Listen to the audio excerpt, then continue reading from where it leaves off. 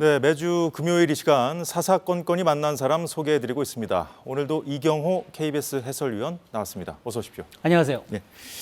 오늘의 주인공은 어떤 분인가요?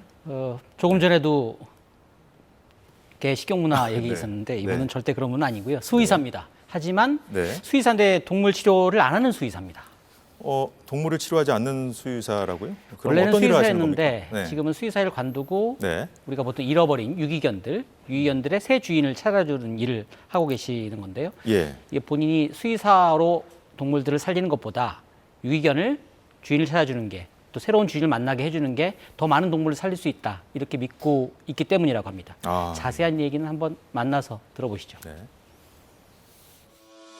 오늘 사사건건이 만난 사람의 주인공은 유기견 입양센터인 포인앤드의 대표를 맡고 있는 이환희 수의사입니다. 서울 마포구에 있는 사무실을 찾아갔는데요. 유기견의 새 주인을 찾아주는 플랫폼 서비스를 운영하는 곳입니다. 이환희 수의사님이 지금 현재 하시는 일이 수의사의 일은 안 하고 계신 걸로 알고 있는데요. 네. 본인이 하시는 일을 좀 간단히 소개를 해주신다면 어떻게 소개해 줄 수 있으실까요? 일단은 지금은 저는 전국에 보호소들이 거의 250개 가까이 있는데 그 보호소에 구조된 그런 동물들의 가족을 찾아주는 그런 플랫폼 서비스를 운영을 하고 있습니다. 사람들이 유기동물이라고 많이 알고 계신데 유기동물이라고 하면 사람들이 키우다가 어떤 더 이상 책임질 수 없어서 버린 동물을 의미하잖아요. 그런 동물들이 지자체마다 이제 보호소를 운영해서 구조를 하고 보호를 하는데 아무래도 이제 보호는 하지만 잘 알려지지 못하다 보니까 다시 가족을 찾는 경우가 매우 드물거든요. 그래서 제가 그 친구들이 가족을 좀 더 잘 찾을 수 있는 그런 유기동물 입양 플랫폼 서비스를 운영을 하고 있습니다. 쉽게 설명드리자면 유기견이 구조되면 주로 지자체에서 운영하는 보호소로 가는데요. 유기견 입양하고 싶은 분들은 보호소 직접 찾아가야 하는데 찾아가지 않고도 어느 보호소에 어떤 유기견이 있는지 알려줘서 입양을 보다 편리하고 쉽게 할 수 있도록 하는 셈입니다.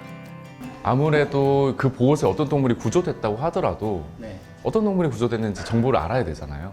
근데 그런 것들이 적절하게 홍보가 되지 않다 보니까 사람들이 이제 관심도 많이 없고 그러다 보니까 이제 보호소로 입양 문의하시는 분도 거의 없는 상황이었는데 그래서 1차적으로 일단 어떤 동물이 구조됐다.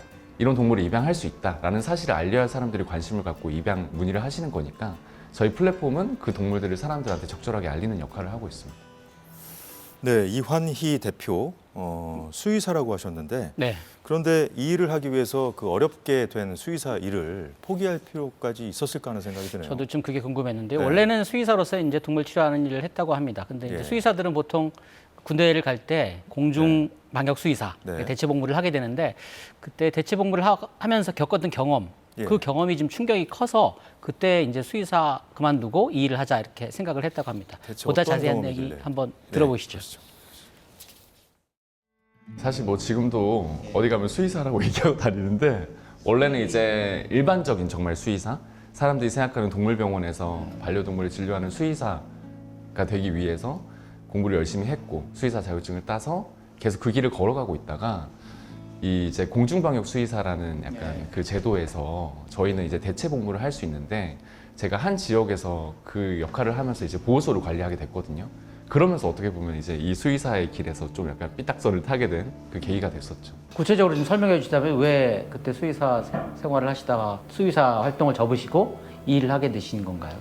보호소에 이제 관리하는 일을 하게 됐을 때도 사실 전혀 뭐 다른 생각은 하지 않았는데 좀 너무 깜짝 놀랐어요. 너무 많은 동물들이 구조되는데 제대로 알려지지 못하니까 결국엔 보호하다가 죽여야 되는 그런 상황이 이루어지더라고요. 그 공간에서. 그래서 그런 걸 보면서 아 이게 과연 수의사가 해야 되는 일인가? 라는 회의감을 좀 많이 느꼈어요.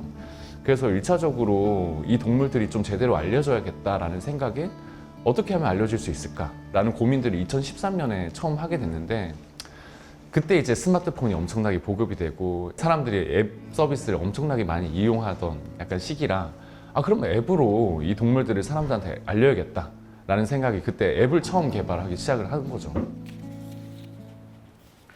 마침 또 이완희 수의사가 당시 대학 때 취미가 앱 개발이었다고 합니다. 그래서 저 앱도 본인이 다 개발한 거라고 합니다. 그렇군요. 본인은 뭐 삐딱선이라는 표현을 썼습니다만 정말 아무나 할 수 없는 멋진 일을 하고 계신 것 같습니다. 그렇다면 앱을 개발했다고 하셨는데 이 앱을 통해서 유기견을 입양하는 사람들이 많습니까? 지금 2013년에 처음 앱을 개발했는데요. 네. 지금 10년 정도 지났는데 처음에는 좀 홍보가 안 됐는데 지금은 좀 많이 알려져서 전체 전국에 있는 그 유기견 보호소들, 지자체가 운영하는 유기견 보호소들에서 입양되는 예. 그 반려견들의 90%가 이 앱을 통해서 소개를 받고 90%가요? 있다고 합니다. 네. 자세한 얘기 한번 들어보시죠. 일단은 그 처음에 2013년에 만들었을 때부터 14년까지는 사실 1년 동안은 이 서비스가 제대로 알려지지 않았으니까 그게 체감이 되지 않았는데 14년 이후부터 정말 실제로 제가 보호소 근무하는 그곳으로 그 서비스를 보고 입양하러 오시는 분도 계셨고 이 서비스를 통해서 보호소의 동물들이 점점 알려지기 시작한 거죠. 그래서 대부분 지금 거의 90% 가까이가 저희 서비스를 보고 지자체 보호소에 동물들을 입양 문의하고 입양을 하는 그런 상황이 됐습니다. 1차적으로 이 정보를 얻을 수 있는 루트가 정부에서 운영하는 그런 이제 동물보호 관리 시스템이 있고 저희 서비스가 있는데 아무래도 그런 접근성이라든지 편의성이 저희 서비스가 훨씬 더 높다 보니까 지금은 거의 뭐 지자체 담당하시는 분들도 저희 서비스를 켜놓고 업무를 하시고 입양을 고민하시는 분들도 저희 서비스를 먼저 들어와서 보고 문의를 하고 계시죠. 유기견을 입양하고 싶어도 많은 분들이 유기견은 늙거나 병들거나 다쳤을 것이라는 선입견이 있는 것이 사실인데요. 실제로는 그것이 크게 잘못된 생각이라고 합니다. 유기동물이라고 하면은 나이 들어서 병들어서 버려졌고 보호소에는 그런 동물만 있을 거라고 생각하지만 이 보호소에는 사실 그런 동물만 있는 게 절대 아니거든요. 버려진 동물도 일부 있고 누군가 잃어버린 동물도 있고 길에서 방치되다가 그런 개들이 구조되기도 하고 그런 개들이 또 이게 길에서 번식을 해요. 번식한 그 새끼들이 또 같이 구조가 되기도 하는데 정말 그런 길에서 태어난 새끼들의 비중이 거의 20-30%를 차지해요. 그러니까 사람들이 너무 나이 든 동물만 있을 거라고 생각해서 아예 이제 반려동물 입양을 고민할 때 배제를 하시는데 사실 보호소에도 물론 품종은 없지만 정말 어린 그런 자견, 자묘들이 정말 많기 때문에 관심을 좀 가져주셨으면 좋겠고. 네, 이건 좀 조심스러운 질문이긴 한데 네. 보통 유기견을 입양하려고 해도 일정액을 지불해야 되는 거 아니냐 이렇게 알고 계신 분들이 많은데 그래서 이 펫숍이라고 불리는 곳을 찾아가기도 하잖아요.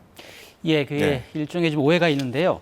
일부 사설 유기견 보호소에서 이제 입양을 하겠다, 유기견 네. 입양하겠다 그러면 그 일종의 이제 후원금 형식으로 일부 받고 있는 곳이 있다고 합니다. 하지만 네. 전국에 있는 250개 지자체에서 운영하는 보호소에서는 절대 그런 돈 받지 않고요. 예. 마찬가지로 이완희 대표가 운영하는 포인핸드 앱 이용해도 전혀 돈 받지 않고요. 또 일부 지자체에서는 입양하면은 초기에 입양 지원금까지 준다고 합니다. 그럼 어떻게 운영하느냐 궁금할 텐데요. 네. 전적으로 기업이나 개인들의 후원금으로만 이 앱을 운영하고 있다고 합니다. 후원금만으로 운영한다고 하셨는데 그럼 살림을 그 후원금만으로 꾸린다면 좀 운영이 좀 쉽지 않을 것 같아요. 그럼에도 꿋꿋이 이 일을 계속하시는 그 분명한 목표가 있을 것 같아요. 그 우리나라 같은 경우는 예. 이제 보통 애완견 키우고 싶으면 펫숍 같은 데 가는데 예. 서구에서는 전혀 그렇지 않다고 합니다. 입양하고 싶으면 보통 유기견 입양하는 게 일반적이고 아니면 키우던 사람이 낳은 그 강아지들을 예. 그대로 이제 직접적으로 받는 이런 형식이기 때문에 우리보다 좀 발달해 있는데 아무래도 우리도 좀 그런 문화로 가야 되지 않겠냐. 그 1단계가 유기견부터 입양하자 이런 거라는데요. 예. 그 얘기 한번 더 들어보시죠. 네. 저는 일단 저희 소셜 미션 자체가 사지 않고 입양하는 문화를 만드는 건데 결국엔 반려동물 시대가 열리고 있잖아요. 2000년대부터 반려동물이라는 단어가 쓰이기 시작했는데 아직까지는 좀 많이 미흡한 것 같아요. 결국에 하나의 가족으로서 자리를 잡아야 되고 가족이기 때문에 생명이기 때문에 지금처럼 물건처럼 생산되고 판매되는 게 아니라 정말 가족으로 하나의 가족으로 입양을 하는 그게 당연한 약간 문화를 만드는 게 제 목표고 그런 과정에서 이제 뭐 유기동물 입양을 활성화시키는 것 이상으로 건전한 반려동물 문화를 만들고 싶습니다. 유기견들을 원하시는 분들한테 이렇게 알선을 해가지고 보낼 수는 있겠지만 실제로 유기되는 동물들의 숫자가 너무 많기 때문에 그 보호소에서 다 수용이 안 되지 않습니까? 지금으로서는 입양만이 유일한 정답이죠. 왜냐하면 전국적으로 매년 이제 11만 마리 이상의 동물이 발생을 하는데 전국의 보호소는 거의 250개가 좀 안 돼요. 근데 250개가 안 되는 그 보호소에서 11만 마리의 동물을 받아야 하고 그 동물들을 이제 결국에는 계속 관리를 해야 되는데 결국에는 금방 포화가 된단 말이에요. 예를 들어서 뭐 100마리를 보호할 수 있어도 100마리가 사실 한 10일에서 20일 있으면 다 차요. 왜냐면 많이 구조되는 데는 하루에 10마리씩 구조가 되니까 그 다음에 들어오는 강아지들은 어떻게 합니까? 결국에는 입양이 되면 살릴 수가 있는 건데 입양이 안 되고 계속 보호돼야만 하는 친구들은 결국엔 밀려서 안락사라는 형태로 이제 개체수 조절이 되는 거죠. 네, 저는 반려동물을 한 번도 키워본 적이 네. 없는데 앞에 말씀 듣고 보니까 그 유기견 보호 문제는 빨리 좀 개선해야겠다 하는 생각이 들거든요. 우리가 개식용 문제를 이제 그만 중단하자, 개식용 네. 문화를 이제 중단하자 하는 것도 사회적인 어느 정도 공감대가 형성되지 않습니까? 그 그렇죠. 다음 단계는 아무래도 이제 우리가 반려견 키울 때 펫샵 가서 예쁜 강아지만 얻는 것이 아니라 그 유기견들을 좀 더 이렇게 보호를 한다면 진정하게 우리가 지금 반려문화, 반려동물을 갖다 사랑하는 것이 아닐까 하는 생각인데 또 이것이 사회 문제이기도 하고요. 네. 그 얘기도 한번 들어봤습니다. 지금 먹고 사는 문제가 심각한데 저게 반려견이 얼마나 중요해? 뭐 이런 얘기를 하는 사람도 있을 거고 뭐 이렇게 중요한 문제도 아닌데 이렇게 신경 쓸 필요 있어? 뭐 반려견 키우는데 그냥 내가 키우고 싶으면 키우는 거지 뭐 이렇게 생각할 수 있는 경우도 많잖아요. 유기 유실 동물들이 보호소에서 보호되기 위해서 지금 지출되고 있는 그런 국가 예산이 엄청나요. 거의 300억을 넘어서고 있는 상황인데 결국엔 이게 단순히 반려동물을 키우는 사람들만의 문제, 그냥 방치해서 되는 문제가 아닌 게 된 거죠. 사회에서 벌어지는 이웃 간의 이제 반려동물 관련해서 이제 다툼도 많이 일어나고 길고양이 관련된 문제도 많이 생겨나고 결국엔 이 반려동물 문제가 동물만의 문제는 아닌 거죠. 이제 사람의 문제로 번져가고 있고 결국에는 반려동물을 키우지 않은 분들한테도 영향을 미치고 있기 때문에 이거는 우리 국민적으로 고민을 하고 빠르게 개선을 해나가야 되는 문제라고 저는 생각을 하고 있습니다. 네, 더 많은 반려동물을 살리기 위해서 수의사를 포기한 수의사 얘기 잘 봤습니다. 이경호 해설위원이었습니다. 수고하셨습니다. 네, 오늘 사사건건이 준비한 소식은 여기까지입니다. 저희는 다음 주 월요일 오후 4시에 다시 찾아뵙겠습니다. 고맙습니다.